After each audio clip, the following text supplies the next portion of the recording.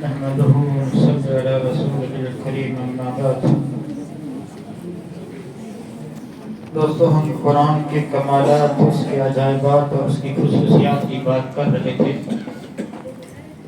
میں نے اس سے پہلے قرآن مجید کی حفظ کی بات کی کہ قرآن مجید کو یاد کرنا، اس کو اپنے سینے میں محفوظ کر لینا، اس کے دنیا میں کتنے بڑے اعزازات ہیں اور محمد رسول اللہ صلی اللہ علیہ وسلم نے کتنی بڑی بشارتیں سنائی ہیں۔ آج دوستو ہم قرأت قرآن کی بات کریں گے۔ قرآن مجید کو اچھی لہجے میں پڑھنا، اچھی آواز میں پڑھنا، اچھے انداز میں پڑھنا، اصول تجوید کے ساتھ پڑھنا، مسحور کن جادوئی آواز میں پڑھنا قرآن مجید کو۔ خود محمد رسول اللہ صلی اللہ علیہ وسلم قرآن کو اتنی اچھی آواز میں پڑھتے تھے کہ برا بن عازب کہتے ہیں کہ میں نے عشاء میں محمد رسول اللہ صلی اللہ علیہ وسلم سے سورہ 3 سنی۔ کہتے ہیں فما رأیت احسن صوتا من، اللہ کی قسم میں نے محمد رسول اللہ صلی اللہ علیہ وسلم سے بہترین آواز، بہترین قرأت میں نے نہیں سنی۔ ایک مرتبہ محمد رسول اللہ صلی اللہ علیہ وسلم مدینے کی گلیوں سے رات میں گزر رہے تھے۔ مدینے کی کسی گلی سے ابو موسیٰ اشعری کے گھر سے محمد رسول اللہ صلی اللہ علیہ وسلم کا گزر ہوا۔ ابو موسیٰ اشعری رات میں قرآن مجید کی تلاوت کر رہے تھے اور ابو موسیٰ اشعری کی آواز بہت بہترین تھی، بڑے مسحور کن آواز میں پڑھتے تھے ابو موسیٰ اشعری۔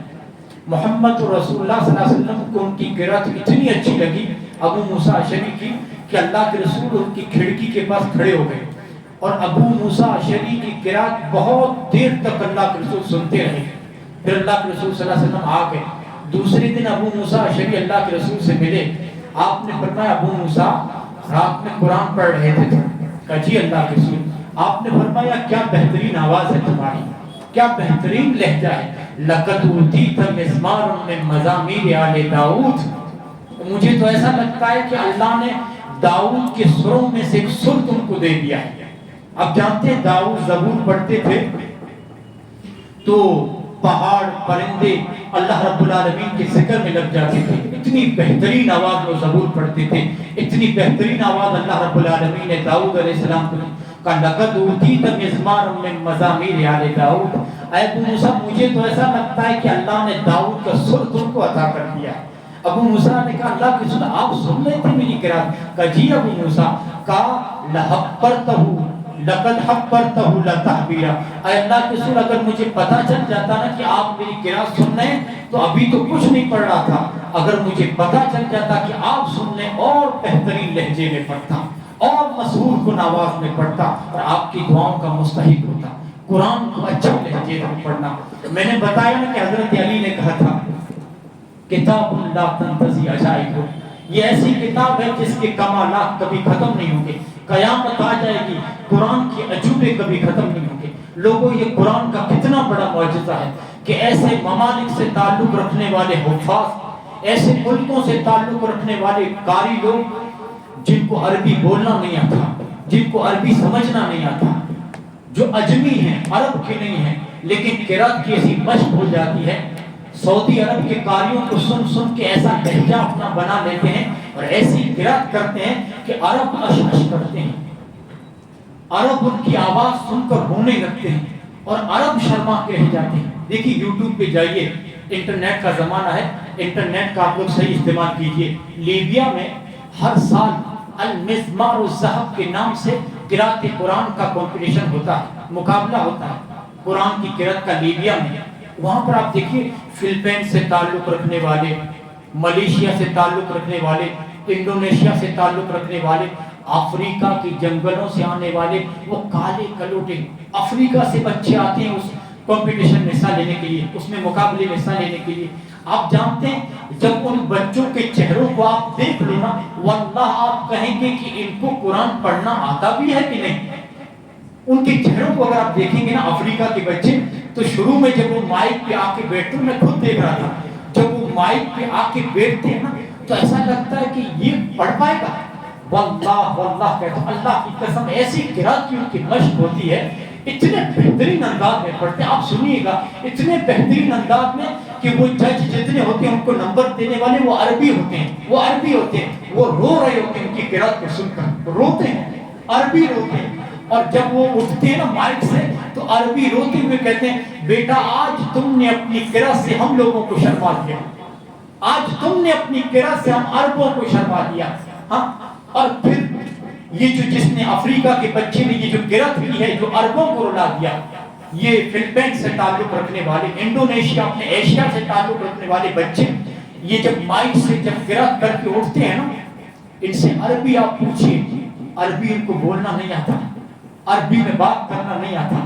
ہاں، قرآن کا کتنا بڑا معجزہ ہے، جب وہ مائک پہ قرآن پڑھتے ہیں تو آپ اندازہ نہیں لگا پائیں گے، آپ پہچان نہیں پائیں گے کہ یہ بچہ اجمی ہے کہ عربی ہے، یہ ہندوستان کا ہے کہ سعودی عرب کا ہے، آپ پتہ نہیں لگا پائیں گے.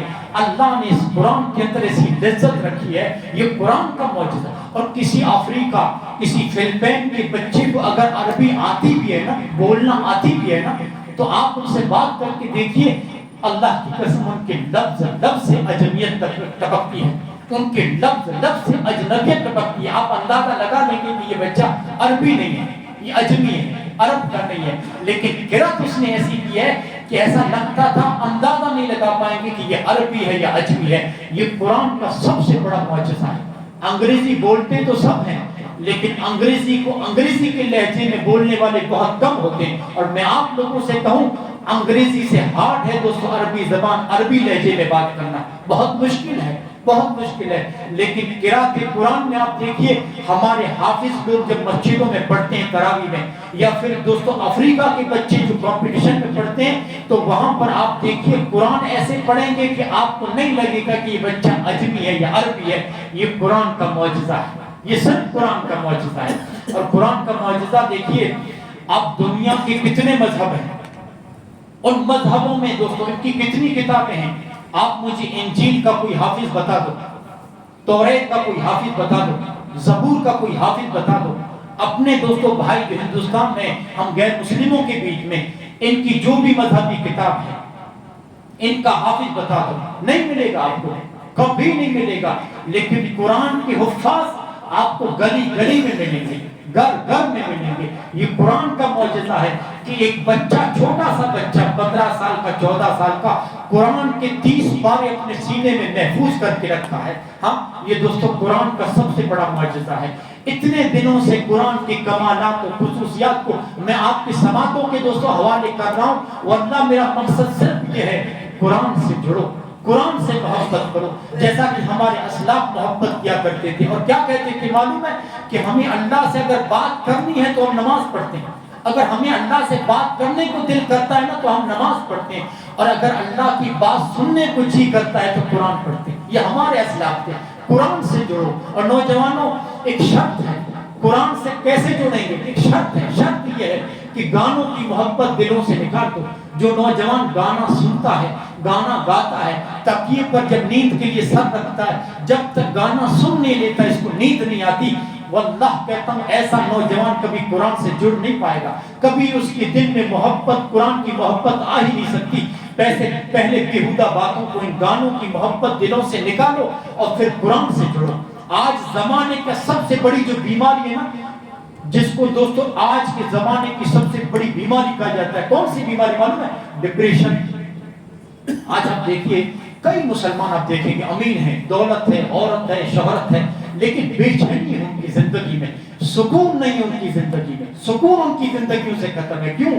کیونکہ قرآن کی محبت نہیں ہے ان کی زندگی میں، قرآن کی تلاوت، قرآن کا ذکر نہیں ہے. صرف اسی لیے وہ ڈپریشن کے شکار ہیں. اور آپ دیکھیے رات میں سونے کے لیے ان کو دوستوں ٹیبلٹ کھانی پڑتی ہے، دوائی کھانی پڑتی ہے، اور کچھ مہینوں تک تو ایک ٹیبلٹ کھاتے ہیں، اور کچھ مہینوں کے بعد 2-3 کھانی پڑتی ہے. ڈپریشن میں کئی بیماریوں کے شکار ہو جاتے ہیں، ڈپریشن میں پاگل ہو جاتے ہیں، ڈپریشن میں دوستو زندگی کا وہ مزہ کھو بیٹھتے ہیں. واللہ کہتا ہوں الا بذکر اللہ تطمئن القلوب. ان قرآن کو اٹھا کے پڑھیے. اس کی قرأت میں اللہ نے ایسی چاشنی رکھی ہے، ایسی لذت رکھی ہے کہ دلوں کو سکون دینے والی یہ کتاب ہے، روحوں کو سکون دینے والی کتاب ہے. امام ابن تیمیہ نے کہا تھا، امام ابن تیمیہ نے کہا تھا کہ جب تمہاری زندگیوں سے سکون دیکھو نہ ختم ہو جائے، جب تم ڈپریشن کے شکار ہونے لگو، جب تمہیں رات میں سونے کے لیے دوائی کھانی پڑے، تو امام ابن تیمیہ نے کہا قرآن کی وہ آیتیں پڑھو جس میں سکینت کا لفظ آیا ہے. جس میں سکینت کا لفظ، سورہ توبہ میں تین چار آیتیں ہیں جس میں سکینت کا لفظ آیا ہے، قرآن کی دوسری صورتیں ہیں جس میں ایک ایک جگہ پر سکینت کا لفظ آیا ہے۔ آپ حافظوں سے رابطہ کریں کہ یہ آیتیں کہاں ہیں، کچھ 6 یا 7 آیتیں، ان سکینت والی آیتوں کو پڑھیے۔ امام ابن تیمیہ نے کہا تم خود دیکھو گے تمہارے دلوں کو سکون مل جائے گا، تمہاری دلوں کو راحت مل جائے گی، رات میں بغیر گولی بغیر ٹیبلٹ کی نیند آ جائے گی۔ ان آیتوں کی تلاوت کیجئے۔ اور دوستو ایک اور چیز، یہ روحوں کی بھی شفا ہے، یہ دل کی بھی شفا ہے، اور یہ کتاب دوستو جسمانی طور پر بھی شفا ہے، جسموں کے لیے بھی شفا ہے۔ جہاں پر بھی آپ کو زخم ہو، جہاں پر بھی درد ہو، جو بھی بیماری ہو، سورہ فاتحہ سے بڑھ کر اور دوستو کس سورہ میں شفا ہو سکتی ہے؟ سورہ دوستو معوذتین ہے، سورہ فاتحہ ہے۔ اپنے بچوں پہ پڑھ کے دم کیجئے، اپنے آپ پہ پڑھ کے دم کیجئے، اور پھر قرآن کا کرشمہ دیکھیے۔ آپ کو میں بتاؤں، دمشقی کی ہیروئن تھی، فلموں میں ناچنے والی، لیلا ہل نام اس کا، لیلا ہل۔ وہ خود کہتی ہے کہ مجھے چیسٹ کا کینسر ہوا، چھاتی کا مجھے کینسر ہوا، اور ایسا کینسر کہ ڈاکٹر خود مجھ سے کہنے لگا کہ اب اللہ اللہ کرو، کوئی علاج نہیں، اور آپ کا کینسر آخری اسٹیج پر۔ کہتی ہے کہ میں زندگی سے مایوس ہو گئی، کبھی کبھی بیٹھے بیٹھے میں اپنے شوہر اپنے بچوں کو دیکھ کے رویا کرتی تھی، میرا صرف ایک ہی کام تھا دن بھر رونا۔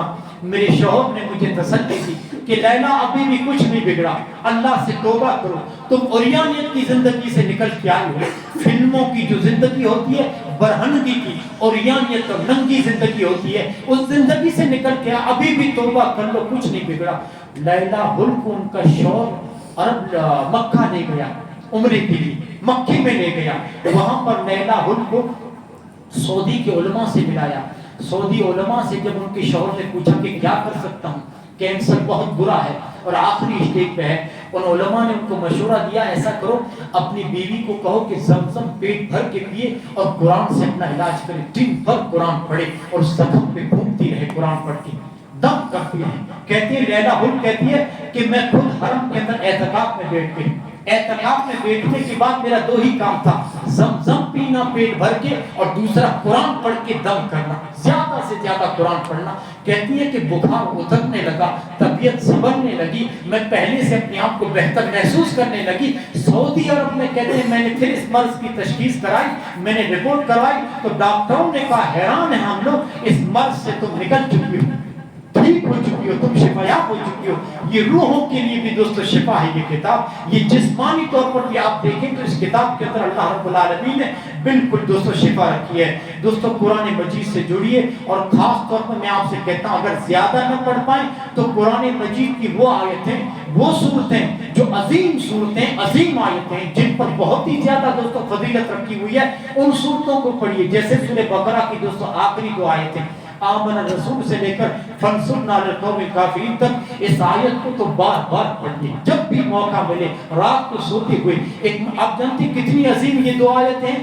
محمد رسول اللہ صلی اللہ علیہ وسلم کے پاس ایک مرتبہ جبریل بیٹھے ہوئے تھے، جبریل بیٹھے ہوئے تھے، اچانک آسمان میں دھماکے کی آواز ہوئی، زوردار دھماکہ ہوا۔ آج جبریل نے آسمان کی طرف دیکھا، کہا اللہ کے رسول آج آسمان کا وہ دروازہ کھلا ہے جو کبھی نہیں کھلا تھا آج تک یہ دروازہ کبھی نہیں کھلا تھا، وہ دروازہ کھلا ہے۔ پھر جبریل نے دیکھا کہ اللہ کے رسول وہ دیکھیے اس دروازے سے ایک فرشتہ نکل کر آپ کی طرف آ رہا ہے، اس دروازے سے ایک فرشتہ نکل رہا ہے، اور جب سے اللہ نے اس فرشتے کو پیدا کیا ہے یہ کبھی زمین پر نہیں آیا تھا، آج آ رہا ہے۔ آج اس کی بات سنی ہے کیا کہہ رہا ہے؟ وہ فرشتہ محمد رسول اللہ صلی اللہ علیہ وسلم کے پاس آ کر کیا کہتا ہے؟ ابشر بنورین اوتیتہما لم یؤتہما نبی قبل سورۃ الفاتحہ وخواتم سورۃ البقرہ۔ کیا کہتا ہے معلوم ہے؟ وہ کہتا ہے اے نبی میں آپ کو 2 نور کی بشارت دینے آیا ہوں، 2 نور کی بشارت دینے آیا ہوں، اور یہ 2 نور اللہ نے آپ سے پہلے کسی نبی کو عطا نہیں کیا، ایسے 2 نور کی بشارت دینے آیا ہوں۔ کیا کہتے ہیں معلوم ہے؟ سورۃ الفاتحہ، پہلا نور ہے سورہ فاتحہ، الحمدللہ رب العالمین، جس کو نماز ہر رکعت میں پڑھتا ہے یہ پہلا نور ہے، اور دوسرا وخواتم سورۃ البقرہ، اور سورہ بقرہ کی آخری 2 آیتیں، یہ نور ہے، یہ نور۔ اسی لیے محمد رسول اللہ نے جب بھی اللہ کے رسول سونے کے لیے بستر پہ آتے تو پہلے یہ دو آیتیں پڑھتے، آمن الرسول سے لے کر آخر تک یہ دو آیتیں پڑھ کے سوتے۔ اور اللہ کے رسول نے فرمایا جو انسان رات میں یہ دو آیتیں پڑھ لے کفتاہ، اللہ کے رسول نے فرمایا یہ ہر شر سے اس کو محفوظ کر لیتی ہیں، ہر شر سے۔ انسانوں کا بھی شر ہوتا ہے، جنوں کا بھی شر ہوتا ہے، سانپ اور بچھو جتنے کیڑے مکوڑے زمین میں جتنی مخلوقات ہیں ان کا اپنا شر ہوتا ہے۔ آپ نے فرمایا یہ دو صورتیں جو پڑھ لے رات میں اللہ تمام مخلوقات کے شر سے اس کو بچا لے۔ دعا کرتا ہوں اللہ رب العالمین قرآن مجید کو ہماری زندگی کی بہار بنا دے، قرآن مجید کی محبت ہمارے دلوں میں بٹھا دے۔ آمین۔ السلام علیکم ورحمۃ اللہ۔